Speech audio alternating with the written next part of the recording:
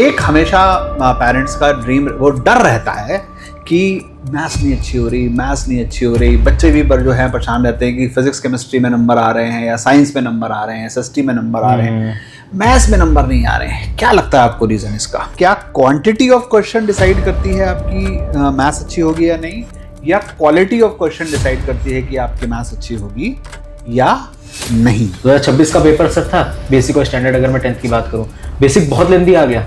जो बेसिक नाम था वो रहा ही नहीं बेसिक। स्टैंडर्ड में एक ऐसा सवाल आ गया एप्लीकेशन बेस्ड कि अगर आपको सिर्फ ट्रिग्नोमेट्री, एप्लीकेशन ऑफ ट्रिग्नोमेट्री आती तो आपको नहीं कर पाते। अगर आपने अच्छे से समझा होता, कैरम वाला एक क्वेश्चन था बहुत फेमस, जो बच्चों को बहुत प्रॉब्लम हुई, क्लास में मैंने करा रखा था उसको।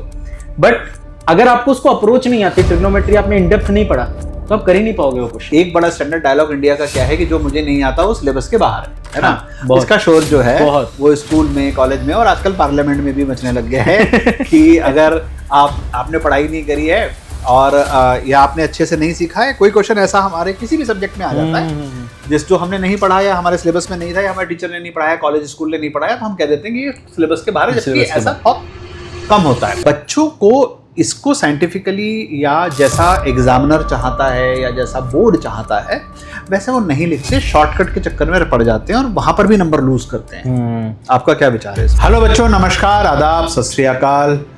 आपका बहुत बहुत स्वागत है हमारे इस स्पेशल टॉक शो में, जिसमें आज हमने बहुत स्पेसिफिक टॉपिक रखा है, मैथ्स। किसी भी क्लास में आप पढ़ते हो, चाहे क्लास फर्स्ट में, सेकंड में या 9th में, 10th में, 11th में, 12th में, मैथ्स हमारे लिए ऑब्सेशन है, हमारी कंट्री के लिए ऑब्सेशन है, क्योंकि हम सब लोग मैथ्स में बहुत अच्छा स्कोर करना चाहते हैं और बचपन से सुनते आते हैं कि मैथ्स में 100 में से 100 लाए जा सकते हैं। बट ये 100 में से 100 लाना या बहुत अच्छा स्कोर करना हमेशा एक चैलेंज बना रहता है। चैलेंज ना सिर्फ बच्चों के साथ बल्कि पेरेंट्स की भी एस्पिरेशन और ड्रीम होता है कि उनके बच्चे मैथ्स में बहुत अच्छा करें, क्योंकि यही एक ऐसा सब्जेक्ट है जो पूरे जीवन भर आपके काम आता है, एटलीस्ट क्लास 10 तक की मैथमेटिक्स की अगर मैं बात करता हूं तो। ठीक है, आज के इस टॉक शो में हम कोशिश करेंगे उन पहलुओं पे, उन सवालों पे, उन चीज़ों पे प्रकाश डालने की जिससे आपकी मैथ्स जो है वो इम्प्रूव हो जाए, वर्ल्ड क्लास हो जाए और आपको वो सीक्रेट रेसिपी भी मिले कि कैसे आप 100 में से 100 ला सकते हैं या बहुत ही अच्छा जो मैथ्स में आप स्कोर कर सकते हैं। आज हमारे साथ हैं रतन कालरा सर, जो बहुत लंबे समय से बच्चों को पढ़ा रहे हैं। इनके खुद अपने जो हैं बोर्ड्स में 100 में से 100 मैथ्स पे आए और पढ़ाते भी ऐसा है कि बच्चों के भी 100 में से 100 आते हैं। आज हम लोग डिस्कस करेंगे सर के साथ कि क्या क्या चीज़ें ज़रूरत हैं, कैसे इम्प्रूवमेंट करना है और बहुत सारे ऐसे क्वेश्चंस, और इतने सारे क्वेश्चंस हमें बच्चों ने भी लिख के भेजे हैं जिसको हम इस दौरान में आंसर करने की कोशिश करेंगे। बिल्कुल तो सर थैंक यू कि हम लोग आप समय निकाला आपने बात करने के लिए क्लासेस के बीच से। बिल्कुल सर, बिल्कुल, थैंक यू सो मच। तो सर ये जैसे मैं बहुत सारे पेरेंट्स से मिलता हूँ, मेरे 25 साल में मुझे लगता है मैं हज़ारों या हो सकता है लाख पेरेंट के विषय में मिल लिया हूँ। एक हमेशा पेरेंट्स का ड्रीम वो डर रहता है कि मैथ्स नहीं अच्छी हो रही, मैथ्स नहीं अच्छी हो रही। बच्चे भी पर जो है परेशान रहते हैं कि फिजिक्स केमिस्ट्री में नंबर आ रहे हैं या साइंस में नंबर आ रहे हैं, एसएसटी में नंबर आ रहे हैं, मैथ्स में नंबर नहीं आ रहे हैं। क्या लगता है आपको रीज़न इसका? सर मेन रीज़न होता है मैथ्स में नंबर ना लाने का कि अप्रोच। बच्चा क्या करता है कि मैथ्स को याद करने की कोशिश करता है। जैसे अगर मैं कह दूं कि अगर आप 9th और 10th में कुछ थ्योरम्स आ गई है, थ्योरम्स बच्चा याद करने के पीछे कि इसका प्रूफ मैं याद कर लूँ, उसके पीछे का एप्लीकेशन बच्चे को नहीं पता होता या शायद बताया ना जाता हो। तो वो अप्रोच अगर बच्चे की सही है तो वो मार्क्स ले आएगा। एक अप्रोच, एक नंबर ऑफ क्वेश्चंस आप कितने प्रैक्टिस कर रहे हो और कितनी बार कर रहे हो। अगर आपकी अप्रोच सही है कि आप जो पढ़ रहे हो सिस्टमैटिक वे से, चैप्टर स्टार्ट से लेके एंड में कब क्या चीज़ होनी चाहिए, कब नहीं होनी चाहिए, वो अगर आपको अच्छे से पढ़ाया गया है और आपने भी अच्छे से समझा है रिवीजन के टाइम भी कि मुझे पहले ये समझना है, उसके बाद ये कनेक्ट होगा, उसके बाद ये, उसके बाद ये, उसके बाद हम आउटकम पे जाएंगे। अगर ये अच्छे से क्लियर है अप्रोच, तो आप मैथ्स को इंटरेस्टली पढ़ना स्टार्ट कर दोगे, इंटरेस्ट आना शुरू हो जाएगा।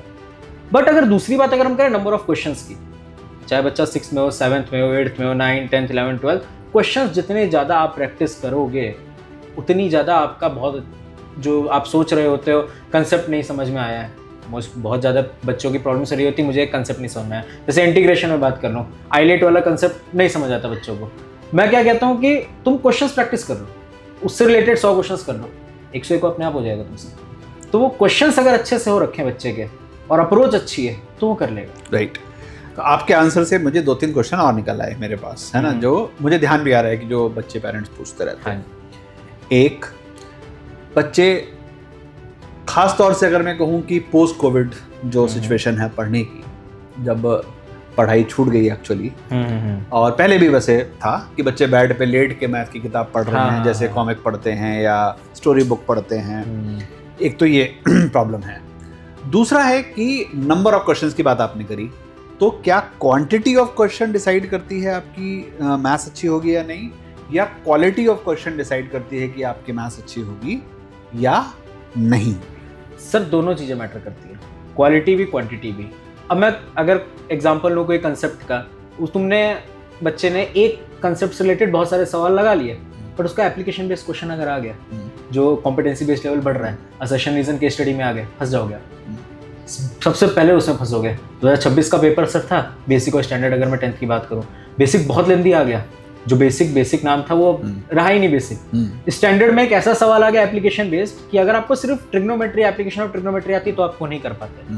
अगर आपने अच्छे से समझा होता, कैरम वाला एक क्वेश्चन था बहुत फेमस, जो बच्चों को बहुत प्रॉब्लम हुई, क्लास में मैंने करा रखा था उसको, बट अगर आपको उसको अप्रोच नहीं आती, ट्रिग्नोमेट्री आपने इन डेप्थ नहीं पढ़ा, तो आप कर ही नहीं पाओगे वो क्वेश्चन। क्वालिटी बहुत मैटर करती है और क्वांटिटी भी। आपने अच्छे क्वालिटी क्वेश्चंस करने हैं, उसके भी बहुत सारे सवाल करने हैं। नहीं सवाल है, आपके पास इतने रिसोर्सेज, अपनी इतनी बुक्स अवेलेबल हैं आजकल, खुद मेरी भी बुक है, बहुत सारी बुक्स अवेलेबल है मार्केट में, नहीं मिल रहा गूगल पे आप सर्च कर लो क्वेश्चंस है।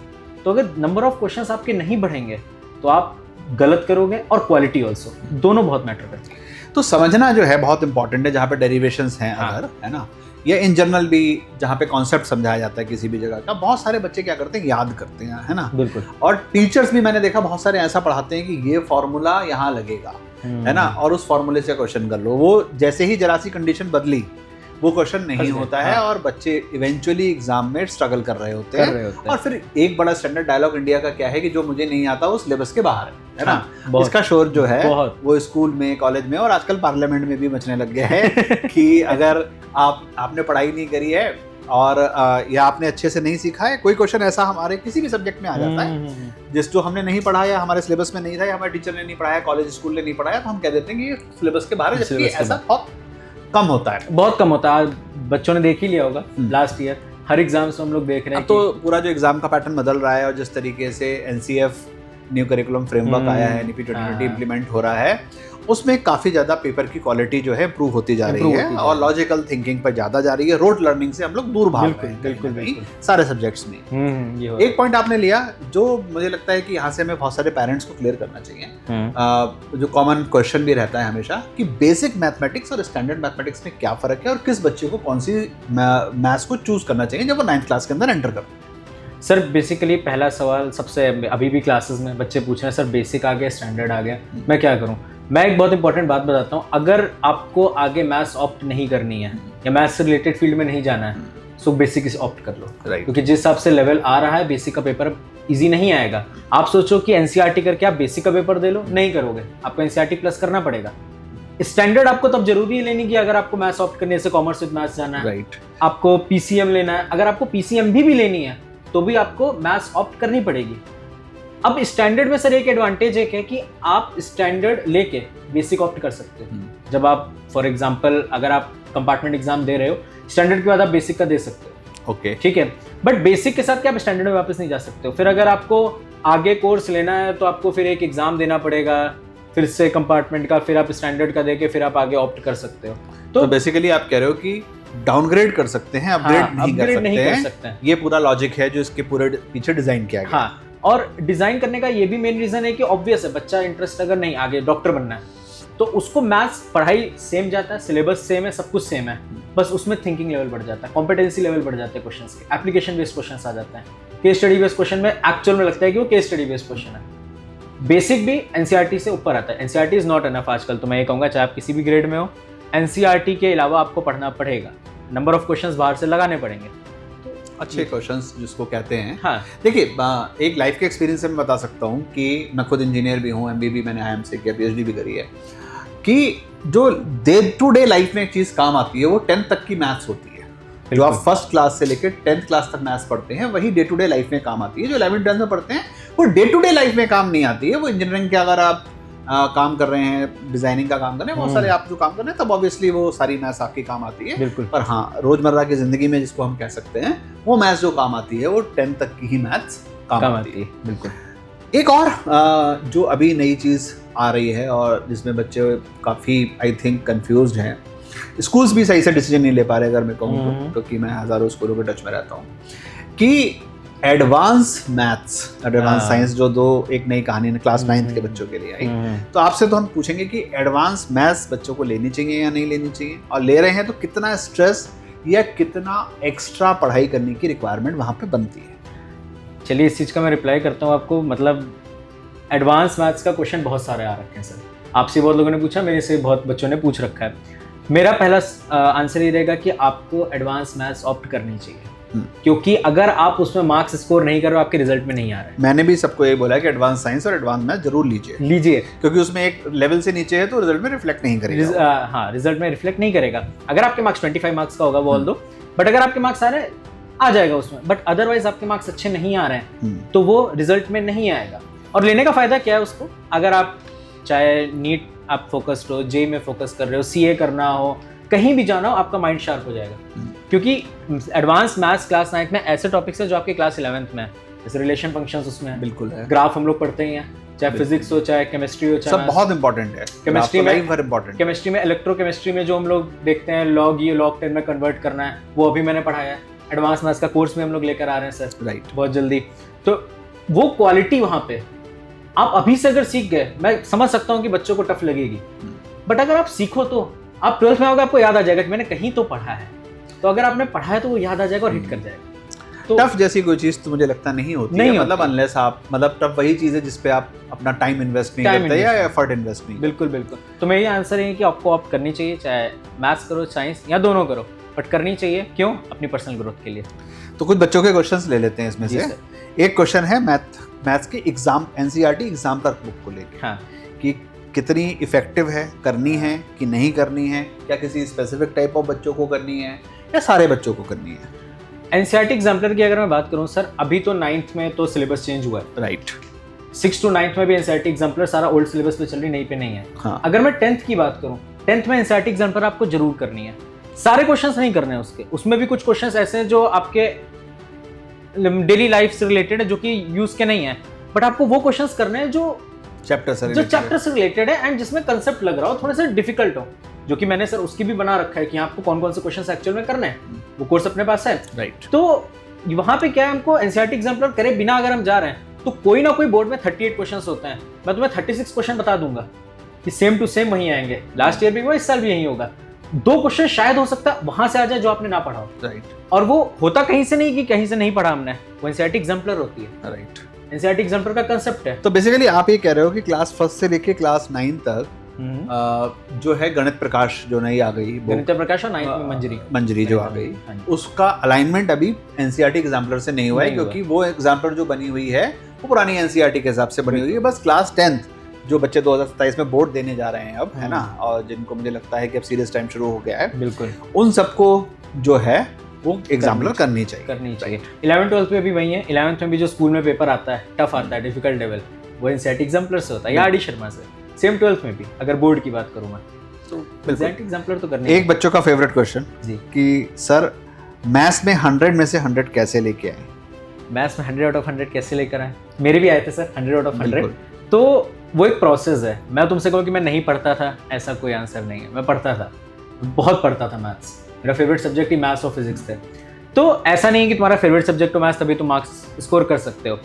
मैथ्स स्कोर करने के देखो 90-95 मार्क्स तक स्कोर शायद इजीली हो जाए सर, वो 5 मार्क्स का खेल है। बिल्कुल, सारा खेल वो 5 मार्क्स का। अगर आपको पूरे चैप्टर 1 से लेकर 14 चैप्टर तक, अगर 10th में हो, अगर मैं 9th में बात करूँ तो उससे कम, अगर वो पूरे चैप्टर याद है आपको ओरली, अगर मैं किसी बच्चे से कहता हूँ कि बैठो और स्टार्टिंग से लेकर एंड तक बताओ, भले ही उसके ऊपर अंदर कॉन्फिडेंस है कि मैं बता लूंगा, तो आप डायरेक्शन में हो कि आप वो स्कोर कर लो।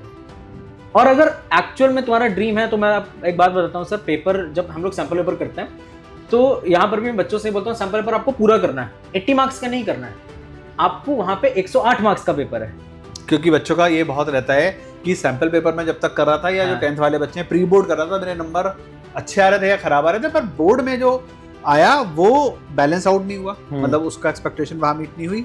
या छोटे क्लासों में अगर हम 6 to 9 की बात करें, वहाँ पे वो सैंपल पेपर जो स्कूल वाले देते हैं, कुछ जो अपनी बुकलेट्स देते हैं, वहां पर वो कई बार अच्छा परफॉर्म कर देते हैं, एक्चुअल एग्जाम में खराब परफॉर्म करते हैं। बिल्कुल। या आप सैंपल पेपर में खराब परफॉर्म करें, अच्छा एग्जाम में करें, ऐसा कम होता है। हाँ, और वो सर रीजन क्या है कि वो और वाले क्वेश्चन छोड़ देते हैं। मैंने क्यों 108 बोला कि वो जो और वाले क्वेश्चन मिला के 108 है, तुम्हें वो 3 घंटे में 108 का पेपर अटेम्प्ट करना है, तुम्हें 80 मार्क्स का करना ही नहीं है। अगर बच्चे ने वो 108 का अटेम्प्ट कर लिया 3 घंटे में, तो आप सोच सकते हो कि 2.5 घंटे में आपका पेपर वो हुआ और आपके पास आधे घंटे रिवीजन का टाइम मिला, और उस रिवीजन में तुम वो गलती ढूंढ पाओगे जहां एग्जामिनर आधा मार्क्स काट ले, 1 मार्क्स काट ले।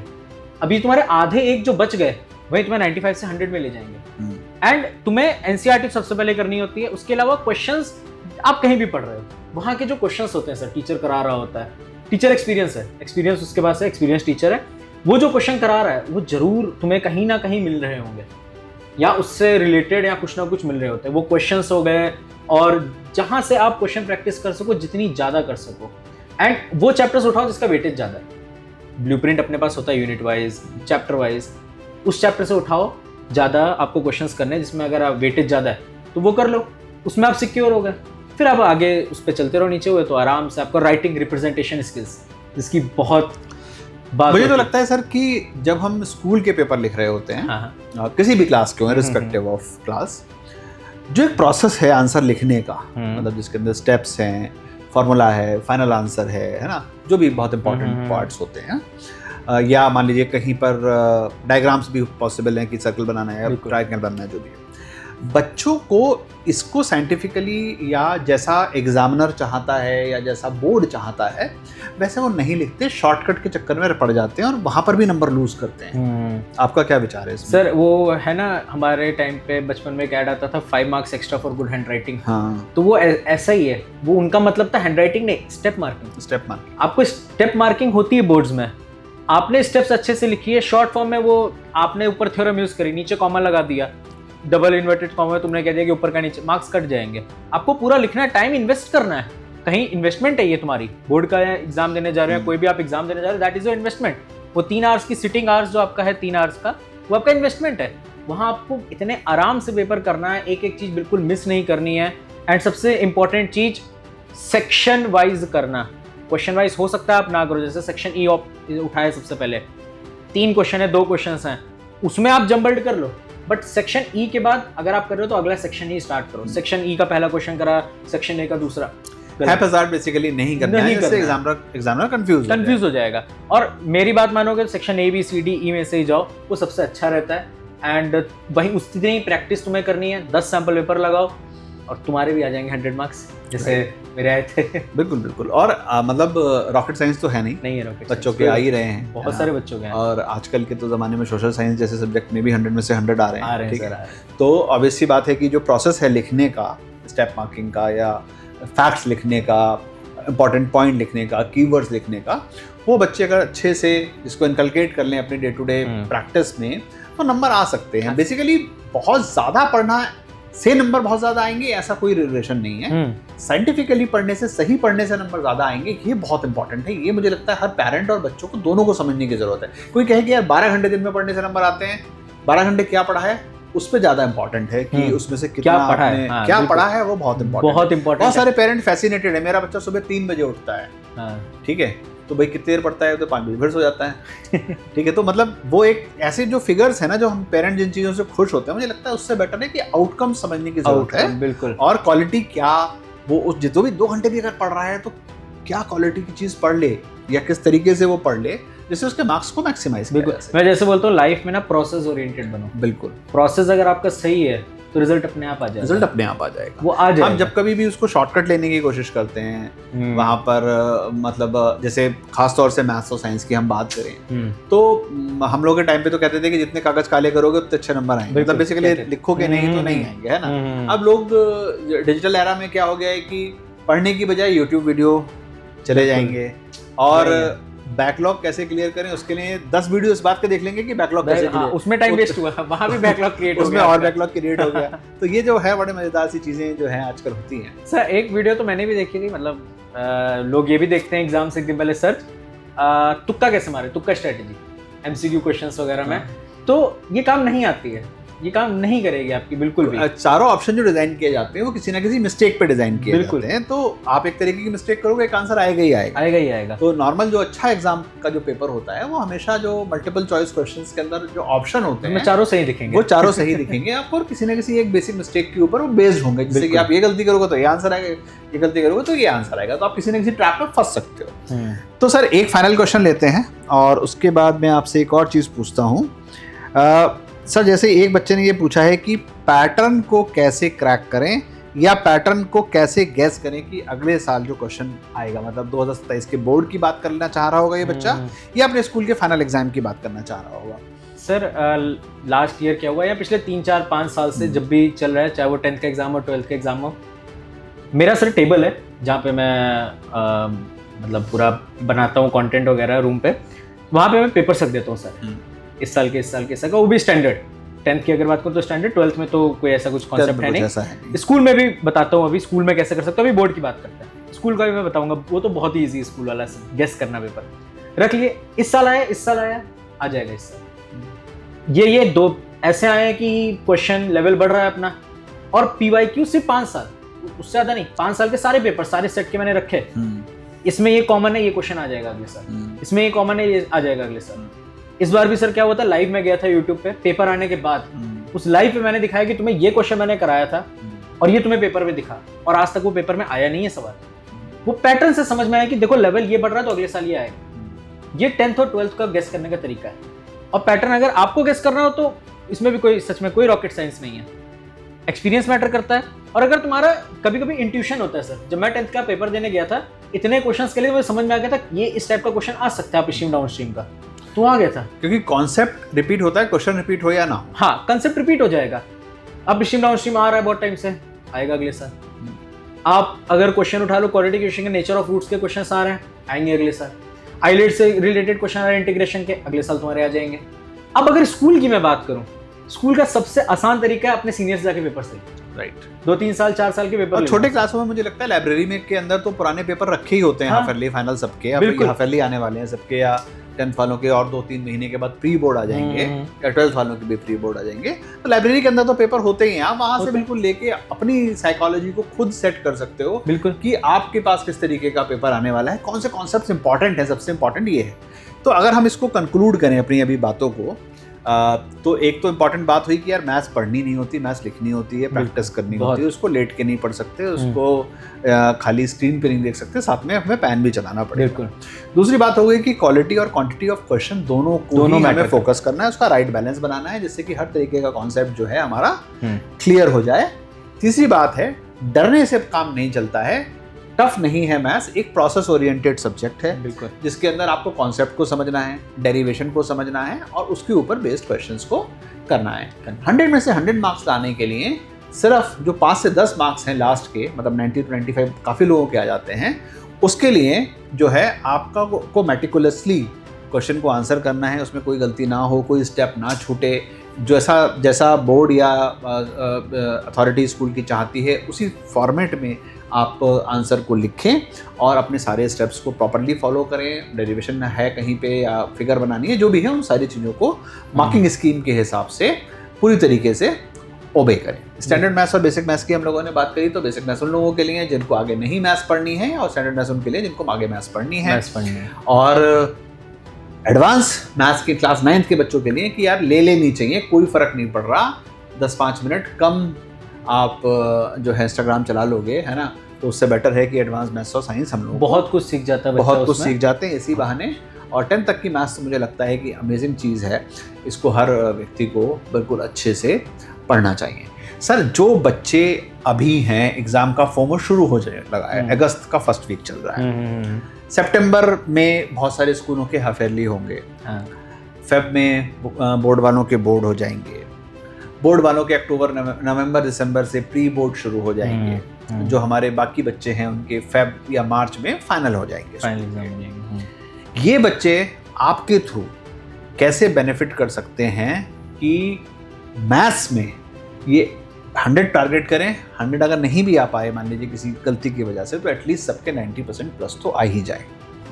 सर सबसे पहली बात, मेरे पे भरोसा रखना पड़ेगा, डे 1 से लेके जब तक एग्ज़ाम तुम्हारा नहीं हो जाता, अगर मैं तुम्हारा हाथ पकड़ूंगा आज तो जब तक तुम्हारा बोर्ड की सीट तक तुम्हें एग्ज़ाम जा रहे हो तुम देने, सीट तक बैठा के आऊँगा, चाहे OMR तुम्हें कैसे भरनी है, पेपर लिखना कैसे है, वो सब मैं तुम्हें करा दूंगा, कैसे रिप्रेजेंट करना है, सब कुछ।